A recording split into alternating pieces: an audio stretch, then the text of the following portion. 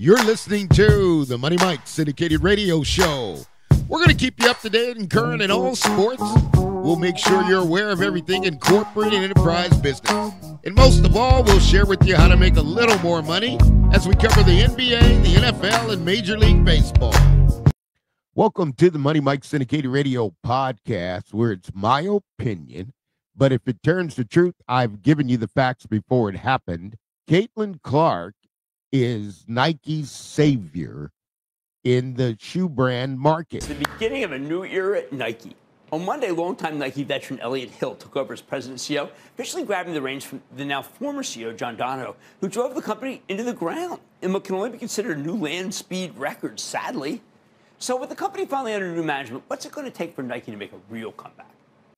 Want to talk also a little bit, Bill Elliott, as he, the savior, has chosen Caitlin Clark for the brand who is in serious trouble and has had struggles due to former CEO John Donahoe. The outgoing CEO, John Donahoe, former Bain guy who maybe made a few mistakes. What's going on here? Yeah, thanks so much for having me. So yeah, when we wrote the story, John was still CEO, and I think many Nike employees are going to be really excited that Elliott is coming back to the company. And we should point out, Elliott, as well as a couple other executives, left when Donahoe came on, right? Exactly. Yeah. For sure. Now, he's been with the company, or had been up until 2020. He'd been with the company since 2004. Is he popular? Did he really get to make some great decisions there? Yeah, I mean, I have to tell you, out of all of the employees and former employees that we spoke to, his name kept coming up. He's super beloved in the Nike community, and so people will be really excited to hear the news. Well, we're going to get into that and more today on the Money Mike Syndicated Radio Podcast, and I want to break it down. Caitlin Clark being the savior of Nike. And why is that? And I'm going to take you to Wall Street because Wall Street has some serious concerns with Nike.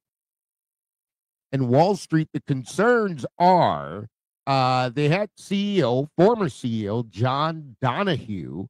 While the stock's already rebounded substantially off its August lows, in part because of this leadership transition, the turnarounds, they take a lot of time. Plus, Elliott has been dealt a very poor hand. When Nike reported a little over 2 weeks ago, it delivered a solid earnings beat, but it also had a revenue miss and weak guidance for the current quarter. They even pulled their forecast for the 2025 fiscal year, which ends in May. The stock got dinged in response and is still down more than 50% since it peaked in late 2021. Business is not good at Nike. Elliott Hill, Nike's new CEO, is coming in after John Donahoe. And here's why. Nike, they have one hell of a challenge, as I would place it, ahead that includes Caitlin Clark, right? Because the former CEO that Nike had, John Donahoe, and here's what happened with that. John Donahoe took over and lost Nike approximately $40 billion. And Sam, I have to give you credit. You've been very critical. You turned on this company, a few months ago? Despite a lot of the analysts saying now's a good time to buy, you said it's going to be bumpy from here. So I assume you feel pretty vindicated, given what we heard last night. I don't know, vindicated. I just hope I help some people make some money or not lose money. But, look, the big problem here is, and you brought it up, is they've lost a lot of people. And a couple things that were said on the call, one, that they're reinvesting some of the $2 billion savings into talent. Number two, that they said, we've done this before in 2018. And then lastly, at the end of the call, the CEO said, one of the best things about Nike is the people and its culture. Well, they laid off a lot of people, and I don't know how well that culture still exists. And, that is the foundation of the business. And 7 years ago, when they came out of this before, or 6 years ago, that they had the foundation of that culture. It's not there. It's got to be rebuilt. And I think it's just, I think they could make the revenue number on sell-in and wholesale, but I think there's risks to the gross margin, even in this revised down guidance. But after digging into it and digging into this story a little bit deeper, Caitlin Clark is actually the savior for Nike. Nike is really a large conglomerate of a brand that has the ability to go into the market and set a market. However, Nike has run into serious challenges, which has allowed traction for a lot of the smaller brands. Give me I'm not too familiar with his background, but give me his background, because I thought it was interesting when Mark Parker left, there was this idea that he was like a sports guy, a Nike guy. He understood marketing, he understood fashion, all those things that made Nike special. Donahoe wasn't cut from that same cloth. I assume Elliott Hill is more akin to a Mark Parker? Is that a good, fair way to describe him? Yeah, I mean, I'm not sure how he compares to Mark, but I think the big thing about Elliott is he's like homebred. He's from Nike. He had a long career at Nike, and John was totally new. He was an outsider. He had been on the board, but he hadn't worked for the company before. Yeah, and this gets to the idea as to what they need to do to change, right? Donahoe made, and you should point out, Donahoe did a lot of good things when it comes to the tech side of the business, the direct-to-consumer. I know there were some concerns about the partnerships with third parties. How is that going to have to be sorted out? Yeah, I'm really curious to see what Elliott is thinking and what he's planning to do. I mean, he has a big job ahead of him. What did Nike do? Nike reached back down to CEO Bill Elliott. Now, Bill Elliott started as an intern with Nike, and Nike only a couple times that, you got CEO Phil Knight, they went outside of the group or internal with Nike, because Nike has cultivated and developed a lot of talent. And when they went to John Donahue, what he did, he ran Nike into the ground in their efficiencies, and the distribution and the supply chain just became a nightmare. And that's why Nike reached back to Bill Elliott and said, hey, Elliott Hill, and said, we got to have you back. We need your help. So how can the new CEO turn the ship around? Company's already taken the first step by firing John Donahoe, a great tech executive who turned out to be a suboptimal shoe dog, the name real shoe people identify with. They replaced him with a homegrown Nike guy, someone who got his start there as a sales intern in 1988. Before his retirement in 2020, Hill served as president of consumer and marketplace from Nike. He really knows the core business back to front. You need to know that Hill is beloved at the company. Employees actually cheered the news of his appointment last month, and he reportedly got a standing ovation at an all-hands event on Monday. That matters. Morale has really suffered under Donahoe. But I also like that Hill's not in denial about the very real challenges that Nike faces, even as he seems confident that he can turn things around. The last guy always seemed clueless about what was going wrong. It was almost as if he thought that it was going right when it was going wrong.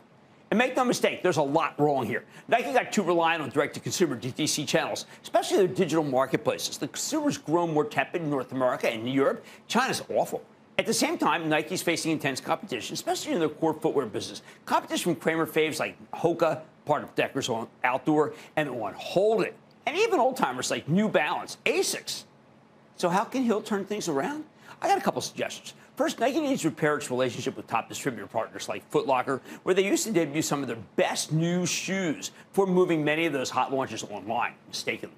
Same goes for Dick's Sporting Goods, one of the few scaled players remaining in the sporting goods retailer space after Sports Authority and Modell's went under. I said Nike never goes outside for talent, but they did. And you look at Caitlin, and everybody's wondering what has happened, why Caitlin has not been able to have her shoe release. Why is Paige Buchers ahead of Caitlin Clark? Well, folks, and if I look at it collectively, I'm going to tell you, this has a lot to do with distribution. And if Nike was able to launch for Caitlin Clark, it would be a distribution nightmare. And UConn is already built in the distribution for Nike. So when you have that already there and you've got the vendors ready to go and you have the distribution and they release a line for Paige Buchers, that's because UConn's already distribution is set up already and in place. Now, with Caitlin Clark, you've got a massive nightmare that Nike has to overcome. Now, what does that mean? This is a golden opportunity, one, for Caitlin Clark. Two, for the WNBA players, if they can embrace the leadership of Nike's returning CEO, Bill Elliott, and saying, hey, what can we do? We got breaking news on Nike. Let's get to our Sarah Eisen. Sarah. And this is big news, John. I can tell you that Nike CEO John Donahoe is going to be leaving the company. It has just been announced that by the board and John Donahoe, a mutual decision to retire effective October 13th. Nike is going to name here a brand new CEO. Elliott Hill will be the Nike CEO. Not a name widely known to Wall Street and outside of Nike, but very well known inside of Nike. He's a 32-year veteran of the company that actually left in early 2020, just after John Donahoe was announced CEO. Shares are spiking here in the after hours as there were some serious confidence questions on Wall Street, and I'm told inside Nike, around John Donahoe's leadership. So here's what I can tell you. I do have a quote from Mark Parker, who is the executive chairman of the board. There are the details for you.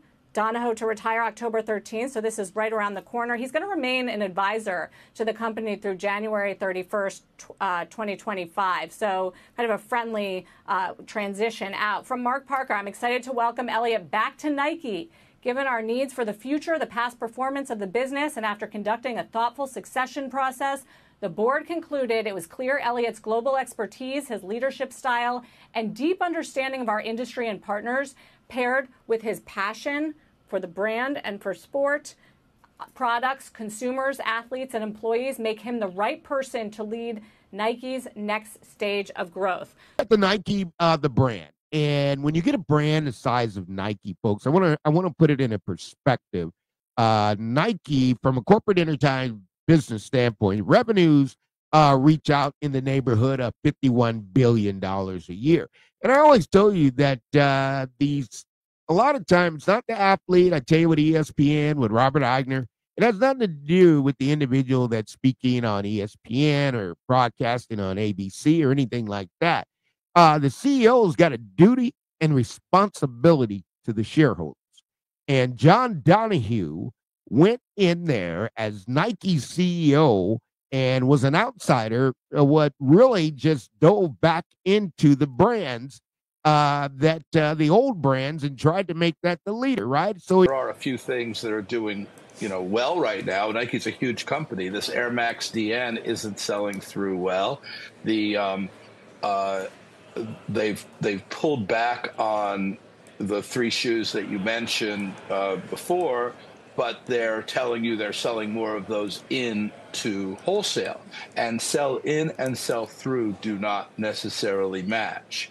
And that's the problem here. It is, I think the back half guidance is still hopeful. And Nike has a lot of leverage with their retail partners to say, you got to take this. So their wholesale book is a lot of, we really need you to take this. Oh, you got Caitlin Clark. And here's where Caitlin comes in, because Caitlin's really, it's one of those like Bo, right? Everything that Caitlin does is kind of going back to the Nike commercial with Bo, right? So Bo knows, Bo does this, Caitlin does this, Caitlin does that, Caitlin does this, Caitlin does that, right? But you got to have a collective launch, and you got to cross-sell this across with all the other national stars that Nike has, right? And so I dug into this, and I said, wow, what an opportunity for the WNBA players, because you got 144. And Money Mike told you a while back, I said, from a marketing standpoint, I value every WNBA player's value at about $1 million, right? And that's just $1 million off the court, not on the court, off the court. And when you look at that, you look at how they can get involved and how they can market within the Nike brand. Here's why women's basketball is the savior of Nike, and having Caitlin Clark is kind of the leader in this, and it's a bigger picture that's being painted. This is not about a signature shoe going in there and with Elliott Hill and Nike. This is more than a signature shoe. Unfortunately, it seems like management's already on the case. Listen to what Foot Locker CEO Mary Dillon told us just over a month ago. I think it's important for people to know that you have solidified the relationship with Nike to the point where you're getting the absolute best. Some felt that Foot Locker wasn't getting that. This, to me, is really the most important stuff that Nike has to offer. Well, listen, I'm excited about where we're heading with all of our brand partners, and Nike and Jordan brand, very important to us. You can see many of the launches here. In fact, we have some new Kobe's up there on the shelf. And, for us, it's about really building together with all of our brand partners to drive category growth. Nike started fixing its retailer problem back in July when the company brought back another retired executive, Tom Petty, to manage its retail relationships. Like Hill, he left in 2020 when the Dono era began. News of his rehire broke in July. I'm bringing this up now because in the week since we learned that Elliott Hill's taken over as CEO, we found out that Petty's getting an even more important job, general manager of North America, effective October 21. So clearly Nike's on the case here. The next problem for Nike is the spotty consumer spending environment, both at home and abroad. This is something they have zero control over, but with central banks around the world cutting interest rates in order to juice their economies, I think we're headed in the right direction. This has to do with Nike's ability to really get down deep. And I tell you what, the corporate enterprise business, you're going to have revenue, expenses, client image, okay, safety, security, and stability, right? And how do you control the revenue and expenses in corporate America? The way it's controlled is by efficiencies. So whether CEO John Donahue, who lost $40 billion for Nike. Now you want to get in a meeting, you want to get in a proxy meeting, you want to get in a meeting with the corporate shareholders, and Nike has very large corporate shareholders, and really they are not happy because Nike under Donahue, he just destroyed the efficiencies of Nike. He destroyed the distribution. Nothing worked, and they ran into supply chain issues, and now that costs them tremendously. Now, you're dealing with the market leader. However, Donahue losing $40 billion, folks, you got to understand, and it came at the hands of a stock loss, right? So the shareholders lost 20% of their value. I mean, basically, you're sitting there with $1 billion, and all of a sudden you got $800 million. What happened to that? And now Nike's got to right the ship, okay? And you got to do a reorg. So who is Elliott Hill? Here's what I can tell you. He started at Nike in 1988 as an intern. Worked his way all the way up in multiple different positions. His last job before he retired back in 2020 is he led basically all the commercial marketplace business for Nike brand and for Jordan brand. He had a good relationship, I'm told, with Michael Jordan, and in fact pitched Jordan on taking that brand global, which is a huge credit to their success.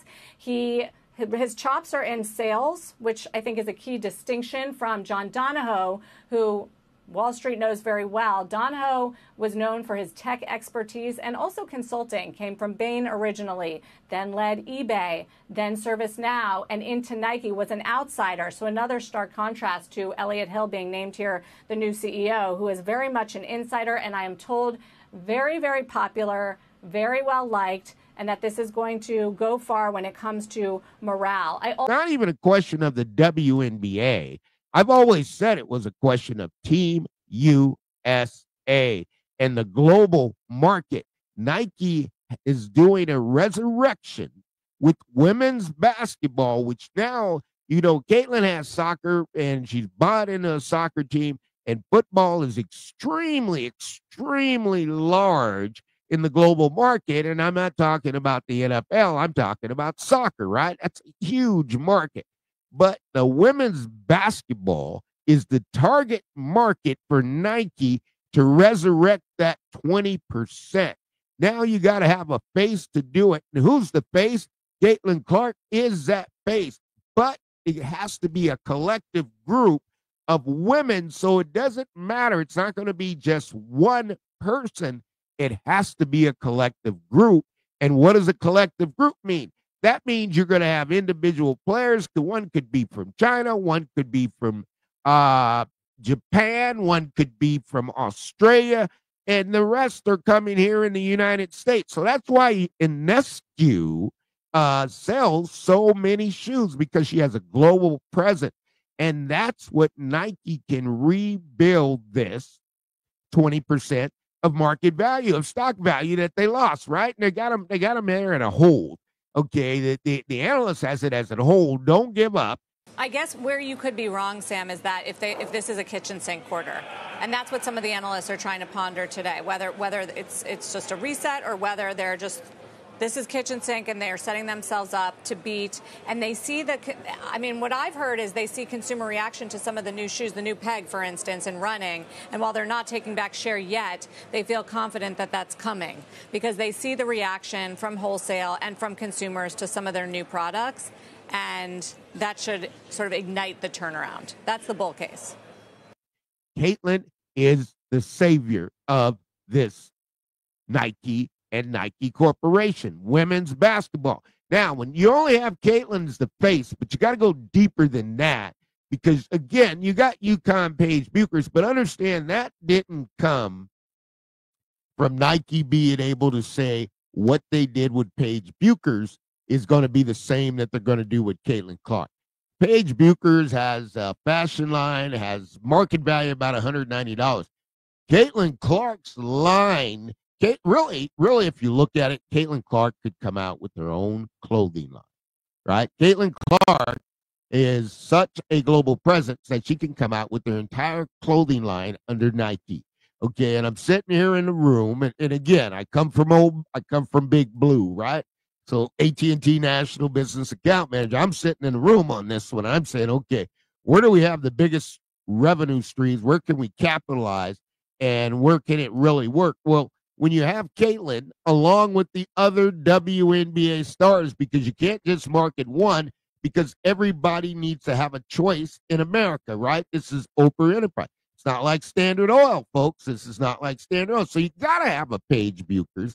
You got to have a Juju Watkins. You got to have these other players that are there because those players are going to be able to mark a diversity environment. I repeat, a diversity environment and an inclusive environment. The market that Nike has to regain traction cannot be done just with Caitlin Clark. Also have a quote for you just here for CNBC from Phil Knight, the founder of Nike, chairman emeritus on the board. I want to express my deep gratitude to Mark Parker, Tim Cook, who is the lead independent director on this board, John Donahoe and the board for their leadership during the transition.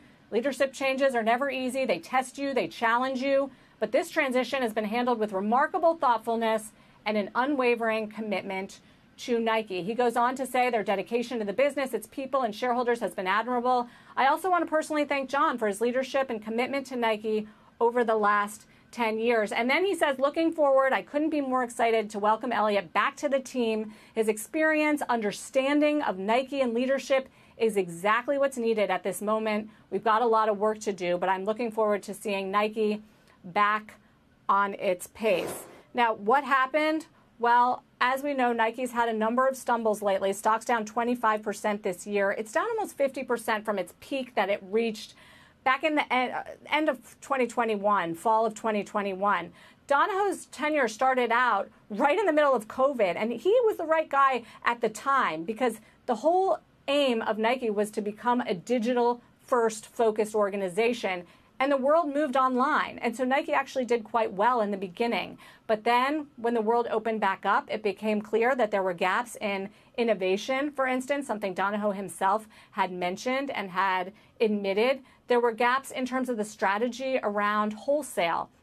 Donahoe had broken some of the relationships with wholesalers to focus on direct-to-consumer, on their own business, online and in stores.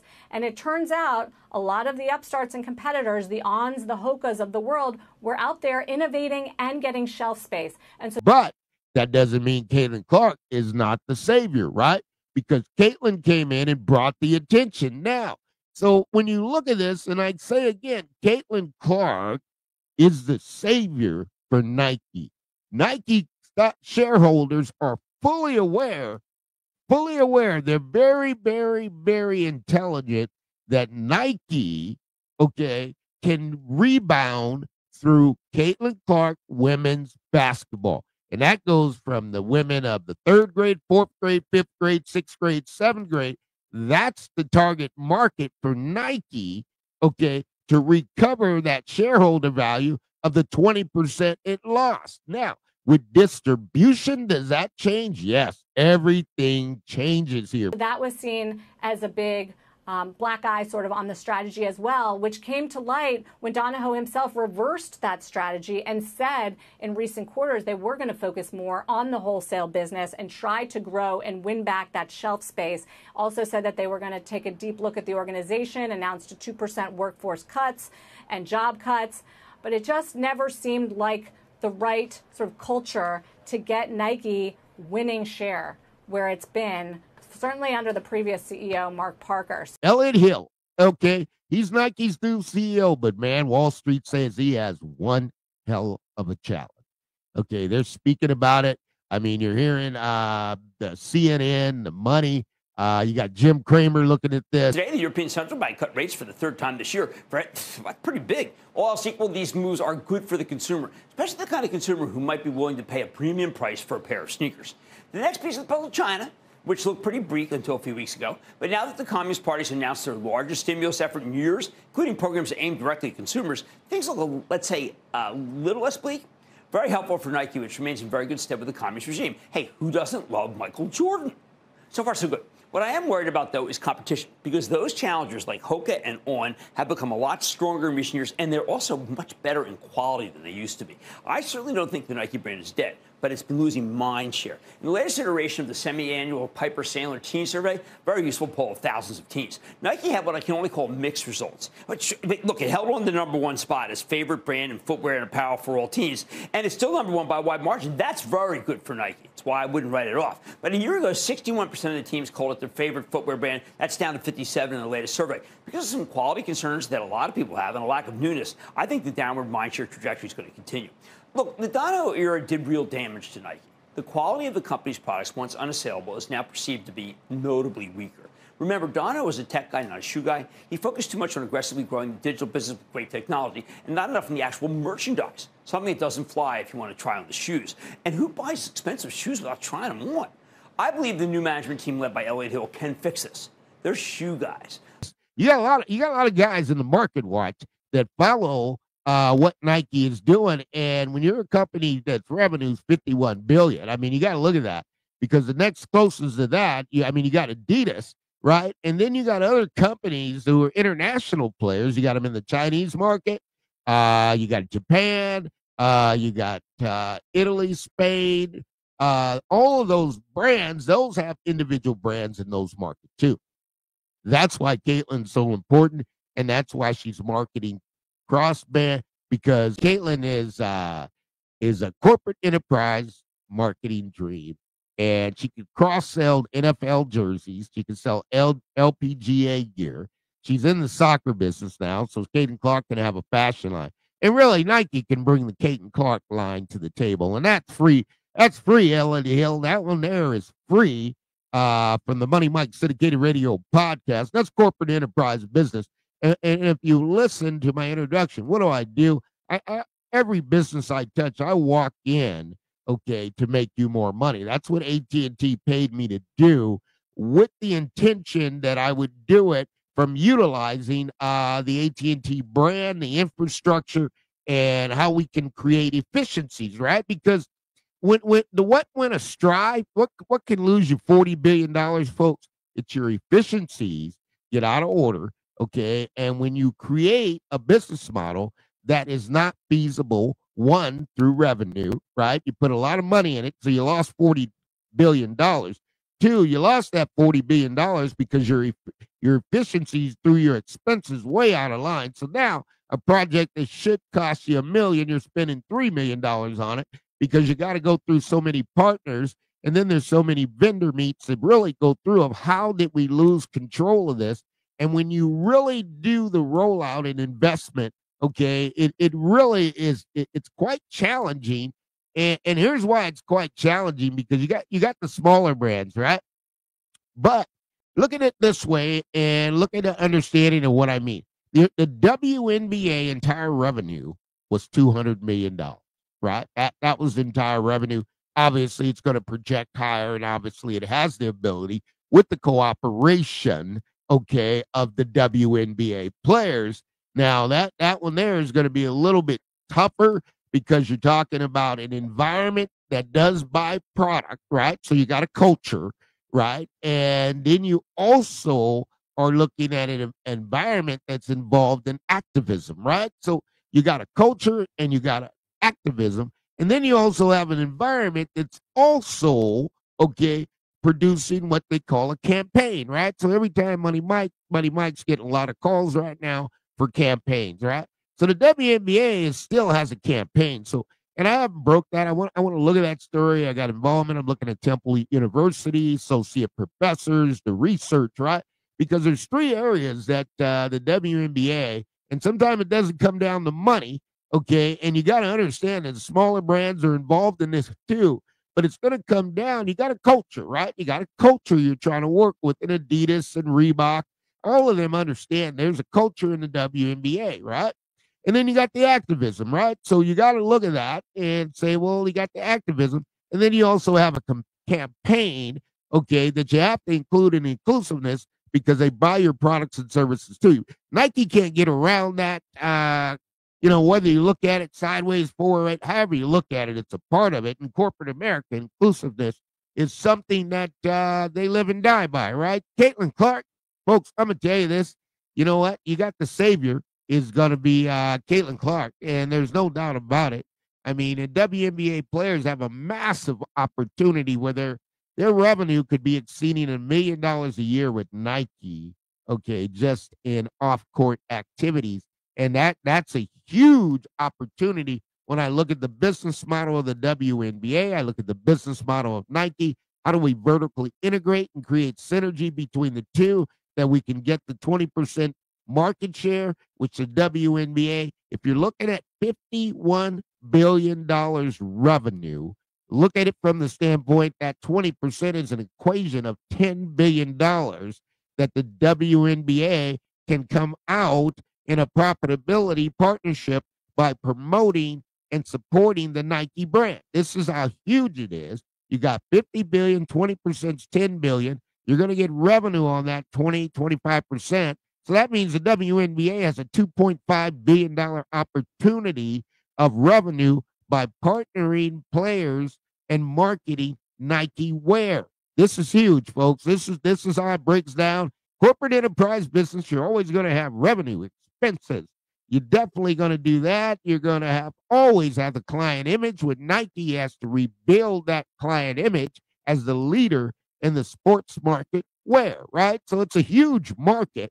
You got a lot of brands are going into innovation, and this is where it comes in with Amazon, right? Because Amazon's got Jeff Bezos, and what is Jeff Bezos? What can he do? He can bring innovation to the WNBA. And that's what it's about, folks. We got to be anywhere, anytime. And I always look at the ratings as people say ratings and television ratings are two different things because the world is moving at a rapid pace. Technology gives you the game minute by minute, notifications, everything you need.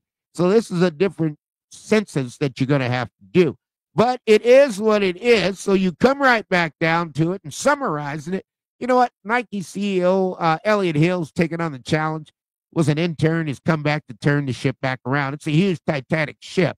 John Donahue was the former CEO. I mean, he just lost $40 billion and threw an uproar into the shareholders in Nike. They can't have it. I'm not giving you my money to lose money. Smaller brands, yeah, they're coming, but they're not big enough to really put a dent in Nike. And what I mean that is, you got to look at the revenue of the WNBA, $200 million. For Caitlin Clark and Nike, what they're going to do for her, that's going to cost more than $200 million. I'll tell you that. So that's going to, for Caitlin's brand and distribution and everything, it's going to cost more than $200. But Nike's got a veteran at it, okay, Elliott Hill. I mean, he coming back. I mean, he started as an intern, so he bleeds the swoosh. There's no doubt about it. And you got Donnie who started in 2020 and just tanked the company, all right? And that's what happens when you get the wrong leader at the ship. And you got Paige Buchers, UConn. What's going on there? Well, UConn's in the distribution system, so it's a lot easier, okay, to run the Paige Buchers signature shoe when all the vendors are lined up. For Caitlin, those partnerships are still being developed, and that's a massive undertaking, right? I mean, there's no doubt about it, because Caitlin's a savior. So when I pull that down, I got to pull it back to where I was. Should she part ways with Nike for a smaller brand? As I dig deeper and I look at it collectively, no. I mean, this thing here for Caitlin for 8 years, you got to look at the accelerators she can have. Caitlin is going to have a lot of accelerators, and the players can accelerate. I'll tell you this, Nike revenue, you're talking somewhere in the neighborhood of $50 billion, right? You lose 20% of that shareholder value, right? If Caitlin Clark and the WNBA and women's basketball, they can regain that 20%. That's the market, folks. That's what we're talking about here is when you get into it, you forecast it, and Elliott Hill knows this, Jeff Bezos knows this, AT&T John Stankey knows this, right? And Robert Agner knows this over at Disney. This is that money, 20%, if these partners collectively align, okay, and have synergy and vertical integration throughout their partners and abilities and their partnerships like AT&T. They have a massive partnership with Microsoft, right? So these partnerships can accelerate you in what the grassroots can do from a technology standpoint. It's no longer, it's instantaneous now. And the shoes and the market rollout that Caitlin Clark will do will be a massive, massive rollout because it's the dependency on the future of Nike's success is women's basketball. I always tell you, all things are possible to those who believe. But this situation here, wanted to dig deeper. Thank you to the WNBA fans. Your response, it really made me go out and say, what's really going on with Nike? That's what's happening. Elliott Hill's been brought back to resurrect and return Nike to the presence that it once had. He can't do that without Caitlin Clark being the face of women's basketball, to be the savior, but it also means all the other women who are playing basketball, whether it's in college, NCAA basketball, high school in basketball, or middle school and grade school basketball. All that is a long line of NIL opportunity, name, image, and likeness that the players are going to be well paid to do.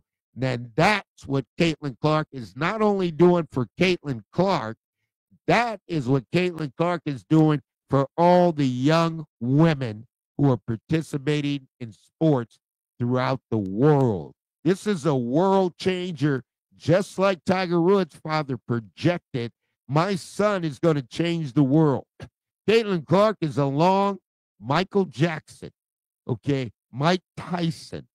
Okay, you got to understand this. Tiger Woods. There's only been a few players that have come through that have been athletes who have changed the world. Caitlin Clark is one of those generational athletes that has been chosen, okay, gifted, chosen to move to the front of the line and change the world. That's along the lines of LeBron James and Tom Brady. There's only a few that come through. God chooses them, and God chose Caitlin Clark. You're listening to the Money Mike syndicated radio show. We're going to keep you up to date and current in all sports. We'll make sure you're aware of everything in corporate and enterprise business. And most of all, we'll share with you how to make a little more money as we cover the NBA, the NFL, and Major League Baseball. All things are possible to those who believe. This is the Money Mike syndicated radio podcast. We promise we'll get better and better, and it's for you, the fans, because you are the ones that are important in the world of sports.